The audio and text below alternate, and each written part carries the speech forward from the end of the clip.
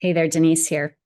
I'm going over an article that I got in my email from Yoga U, and it's by Dr. Ginger Garner. And she writes great articles about various aspects of yoga, but she's particularly interested in, preventative health, creating good results with the yoga practice, a lot of the things that I really align with.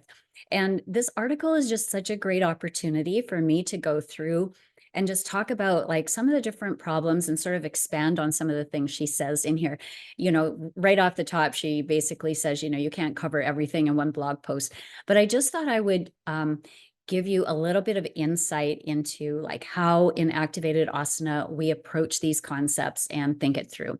So I'm going to share my screen with you and we'll go right here. So I just want to show you that this is the actual article from Yoga U. And some of you may be getting these emails and whatnot yourself. But what I did was, so entitled Hip Openers in Yoga with a question mark, Let's Stop the Madness. So that is what it's about. What I've done is just copy it into a Google document for the sake of this video so that I could highlight some of the things that I want to talk about. This is something that we do end up discussing a lot in yoga, this idea of hip openers. You see lots of classes on studio schedules called, hip opening.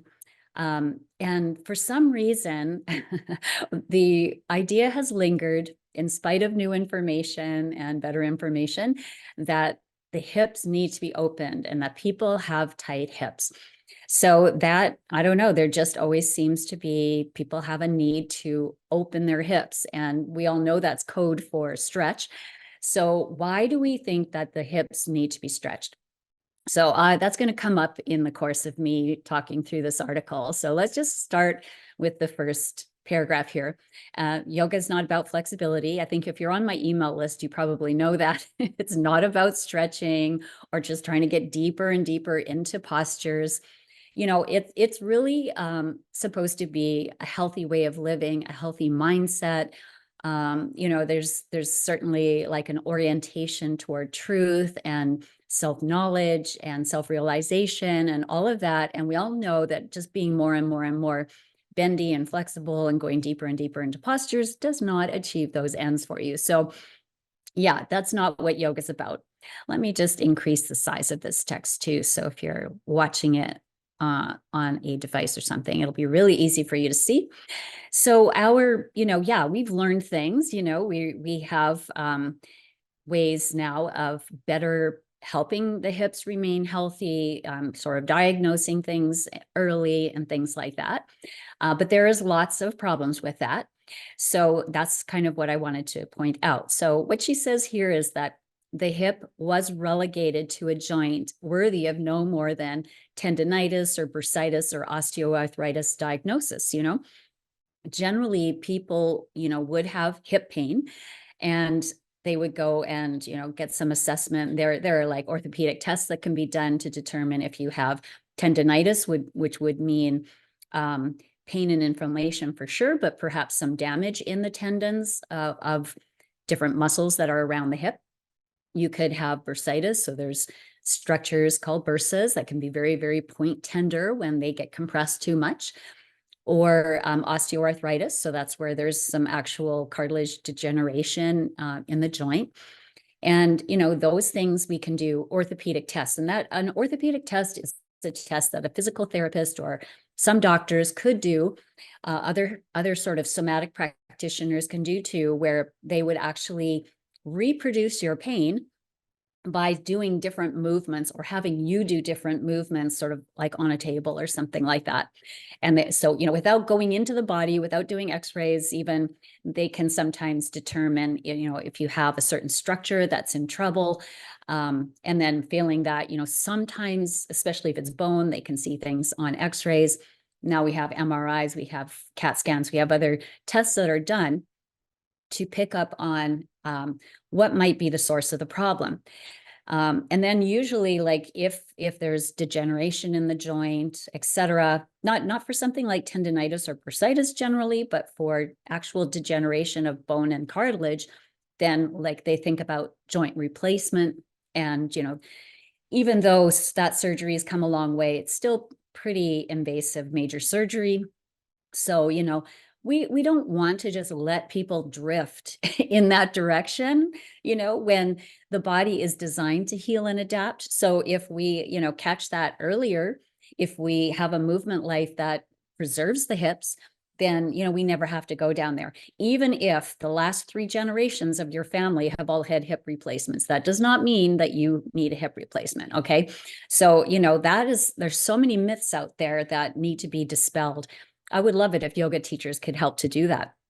So, there's problem with how these things are diagnosed. I think, there's been advancements in diagnostic testing and investigation, but one thing to know is that the more they test, the more they're going to find anomalies and things like that. And the fact is, you could have something that's an anomaly and be perfectly healthy, pain-free, function just fine.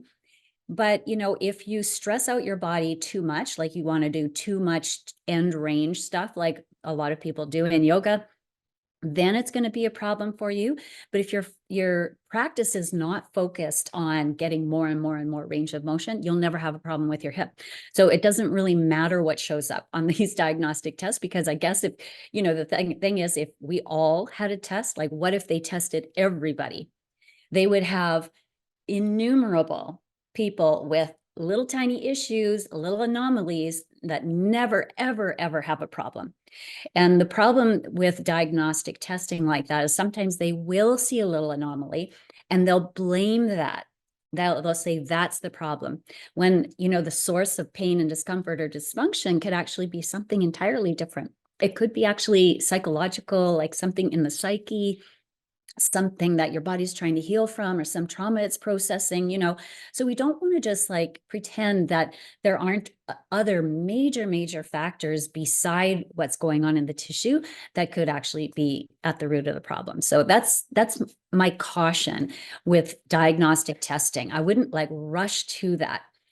Just saying, if you've had a lot of discomfort, then for sure you need some relief, and perhaps it would give you some relief to know that something's wrong. But a lot of times when people find out that there's something wrong, again, even if it's not actually the source of the problem, they get very attached to, well, now I have, this bad hip, or I have this tear, or I have some kind of degeneration in my hip, and they kind of lend their thought and belief energy to that. And that, as we know, as yogis, that can also, push that manifestation to full flower. So just being very careful with that. What I would love to see yoga do is fill the gaps in people's understanding. Like we could teach our students to understand what their body needs and to meet those needs. And it can be part of a yoga practice. Part of just what we do in yoga practice is just take care of those things. It's still a super mindful practice. It's still a practice that will let you get to know yourself better. You'll be doing it through feeling the body, through getting to know the subtle messages of the body. Like this is deep work. And I think it does achieve the aims of yoga, union between mind, body, spirit. So, the world of yoga and hip health really need to catch up with each other, because like I say, we do know more about how to take care of the hips, but it seems like in yoga, there's a major gap between what we know and what teachers are able to share in their classes.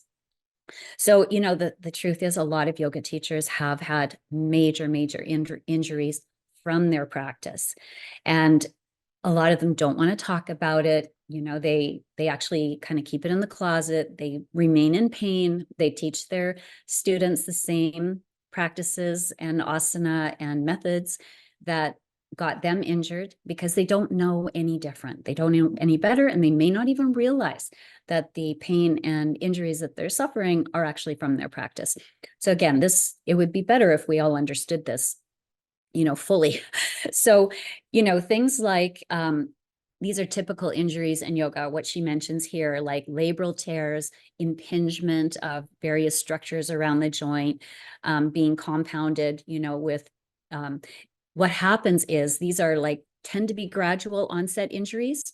That's why I have here a note to myself, what type of injuries? They're gradual onset injuries. Like if you go too far in one class, usually that's not a big deal. But if you go too far all the time, by too far, I mean you're striving always to push that joint further and further. And we really do this with the hips. Why do we do that? Why do we push through pain and resistance in the body? Because, it's the joint has its own particular morphology, and that's going to give it a certain range of motion. I don't know why we think we should argue with that.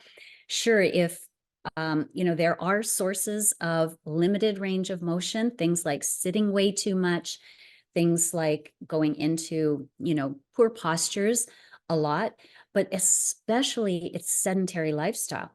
So a lot of these unnecessary hip injuries, the real confluence that causes these injuries is, number one, too much sitting and inactivity, not enough activity, movement, walking, these things that are natural and actually essential to the human body are not being done. So what does that mean? It means you're going to have weak hips. So weak hips are much more vulnerable to injury than strong hips. And if you start stretching weak hips, believe me, those tissues are not going to be able to tolerate that very well. So sometimes you get a backlash of feeling tight and stiff after that. And then what you think you need to do is stretch more. So you get into this cycle of having pain, thinking you need to stretch, stretching, having pain even more, maybe going back into stretching. And we just have this merry-go-round of pain and stretching that just digs a deeper hole for yourself. And, you start to push the tissues into places where they can't recover. Normally, like I say, one time, yeah, your body will recover from that. It will, patch things up, we'll say. But if you're constantly doing this is why habits, method is very, very important, because that creates the biggest change in your body over time. So, if you want to avoid injuries, but still enjoy like a very, I don't know what you're after in your practice, a challenging practice, an expanding practice, learning new skills and abilities that you didn't have before, yeah, you can still do all that. You need to understand what the tissue needs so you're not damaging the tissue on your way to getting better, stronger, whatever it is that you're trying to do.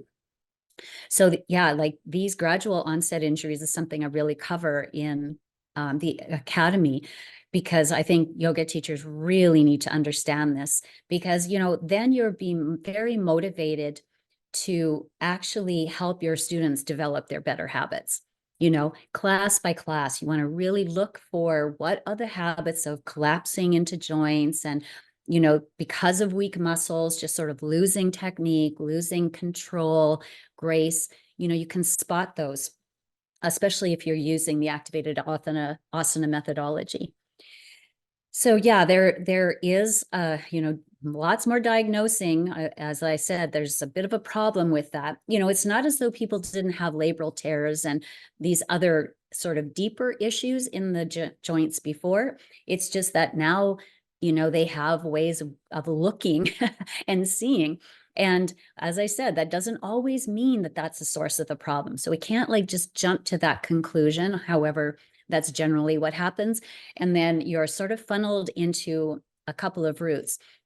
Sometimes, yeah, they'll want to hopefully always treat you conservatively first. And that would mean like with a physical therapist or something like that, and try to just restore that tissue around the hip, which can be done. Like certain cartilage structures, they're going to say that you can't heal them, but we find over and over again that you can regain full function. Whether or not that tissue's fully healed or not is a different matter. And it probably doesn't really matter, because over time it will heal. It just takes a really long time.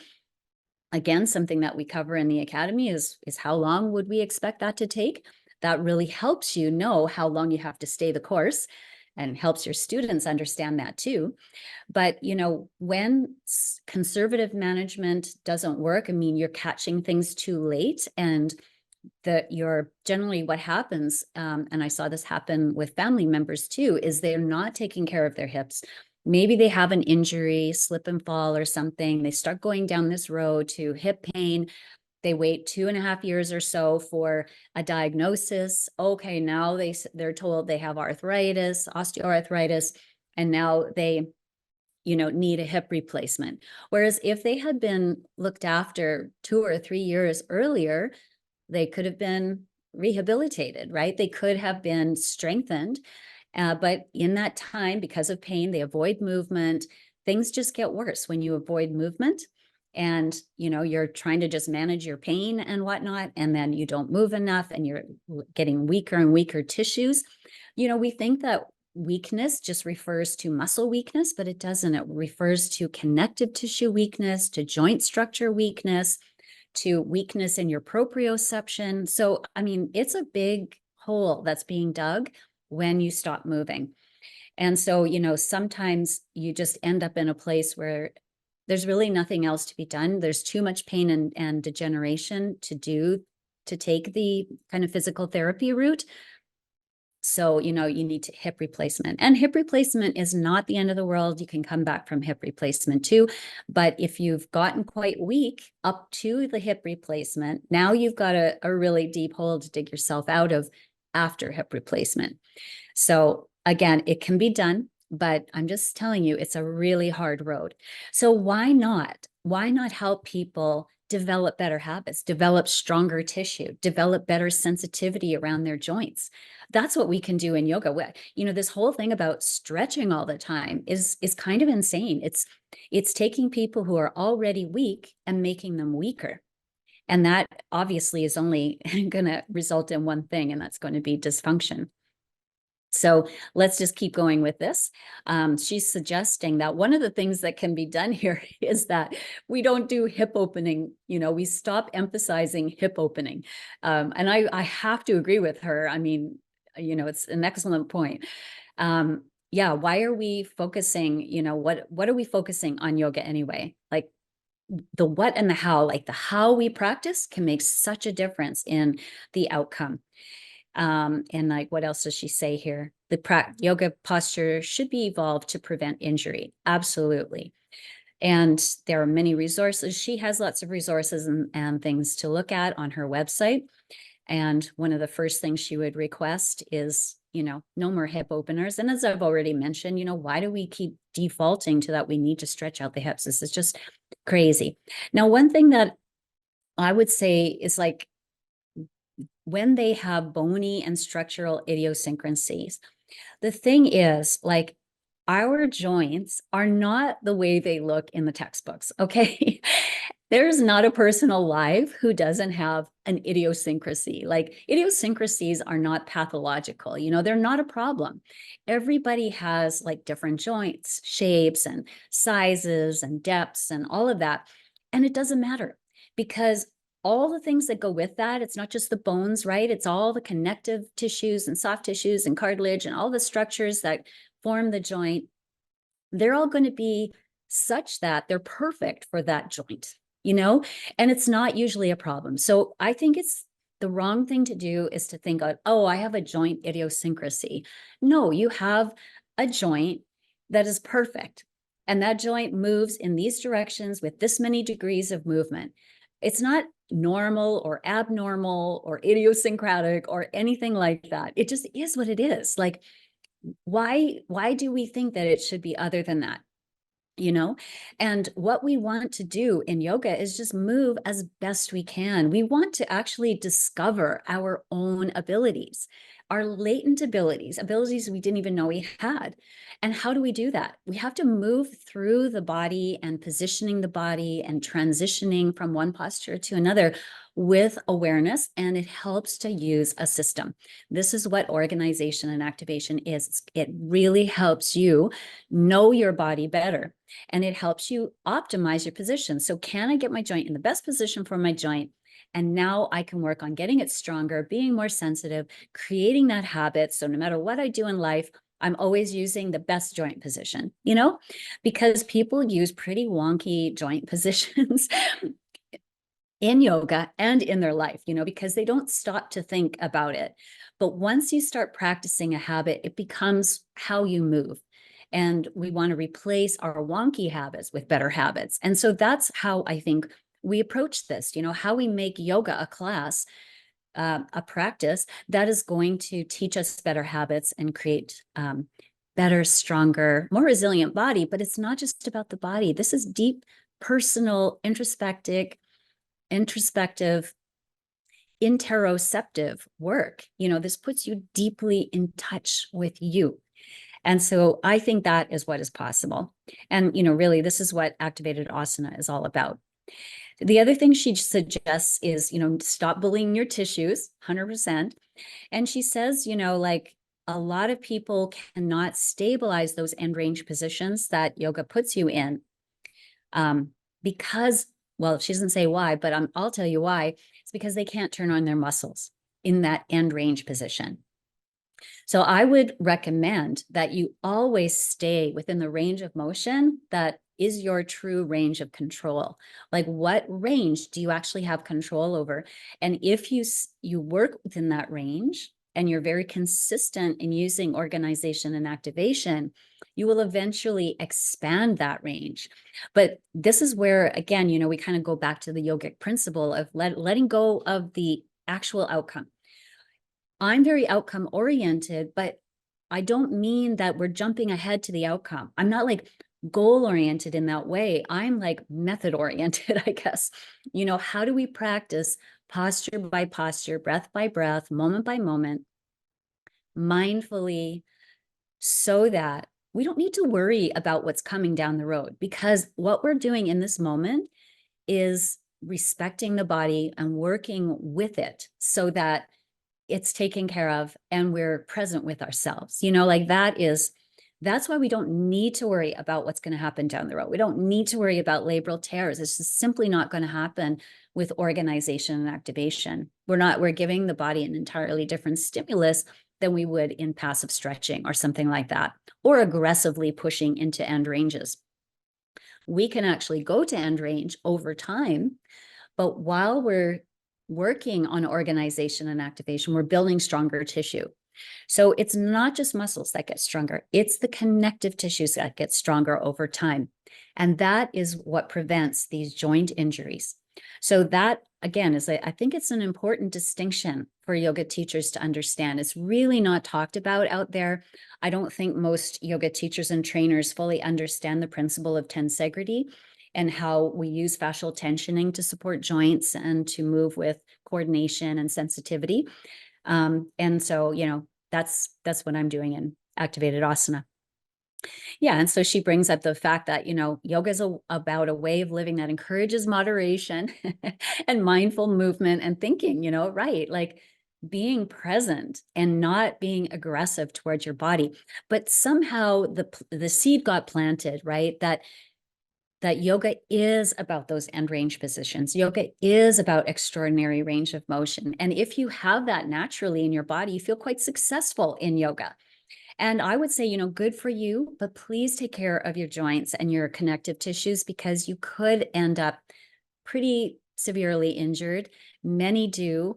And, it's because of this gradual onset micro injury, aggressions against your tissues that the body just, reaches an endpoint where it simply cannot adapt because you're not giving it a chance to adapt by getting stronger and you're giving it the wrong stimulus. Yeah. And she also recommends let's stop having yoga for pathologies, right? And I agree too. Why are we focused? It's just sort of like all of healthcare seems to be focused on disease and problems and issues and dysfunctions. Why are we not getting out ahead of all of that with better movement habits? That's the place to address it. Why don't we learn how to move better so that all the stimulus we give the body is building it, is making it stronger and more resilient? That's where I'm at. Yeah, yoga is not a cure for everything, especially if it's stretching focused. Love where she's gone with this. Now, this is where I would take a little bit of an issue. Okay, only a licensed medical professional, like an orthopedic physical therapist, orthopedic surgeon, can properly screen. Well, that's true, and evaluate hips for structural deformities or problems. Guys, don't worry about you don't have deformed hips, okay? You might be hurting your hips with the way you're practicing, but your hips are not the problem. It's the stimulus that's the problem. Let's give it a different stimulus and your hips will be just fine, okay? Let's not call them deformed or something, because I don't believe in deformity. I believe we are wonderfully made. What else can I talk about here? Yeah, let's make it about, prevention of impairment. Like, wow, I can't tell you how many stories I've been told of people who assume that because various people in their family have had hip replacement, that they're going to need a hip replacement too. It's not, the hip is not the problem. It's the stimulus. That's the problem. It's like, what are you doing with your hips? Are you keeping them strong? Are you maintaining your range of control? Are you giving them inputs that keep them, responsive and sensitive? Or not, and it's very easy in our day and age to not take care of our hips. Like, we're just sitting way too much, we're driving way too much, we're not getting the kind of activity that is like essential to the design of the hip. And you can totally do that in yoga. You can totally take care of your hips. Like, you don't need anything else. But it's not about stretching. If you try to do it through stretching, it's not going to be successful. Yeah. Not focus on end range. Yeah, I don't focus on end range. There are, um, I'm not opposed to it. I'm not opposed to doing end range stuff, but I do it actively. So it's always range of control, not passive end range. There's never a time in an activated asana class where you would hang out on a joint. That is just not going to happen.